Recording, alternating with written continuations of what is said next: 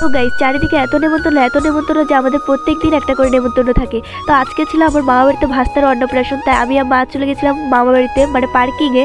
তো তোমরা কে কে পার্কিংয়ে এসছো অবশ্যই কমেন্ট করে জানিও। আমি কিন্তু বেশ কয়েক মাস পরে পার্কিংয়ে আসলাম।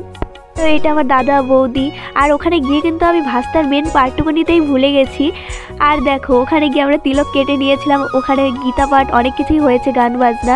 তো সবাই এখানে গল্প করছিল, সবাই বলছে আমাকে মিনি ব্লগে নিয়ে দেন। আমরা গল্প সল্প করার পর চলে গেছি খেতে। এই ভয়েসটা দিতে আমার একটু প্রবলেম হচ্ছে, কারণ আমার ছিল একটু শরীরটা খারাপ। আর দেখো আমার কাকিকে আমি ভিডিওতে নেই না, তার জন্য আমার কাকি বলে তুই সবাইকে ভিডিওতে নিস, আমাকে নিস না। তো সব কিছু শেষে আমরা জামাইবাবুকে একা পেয়ে সব শালিরা ঘিরে নাচ করেছি জমিয়ে।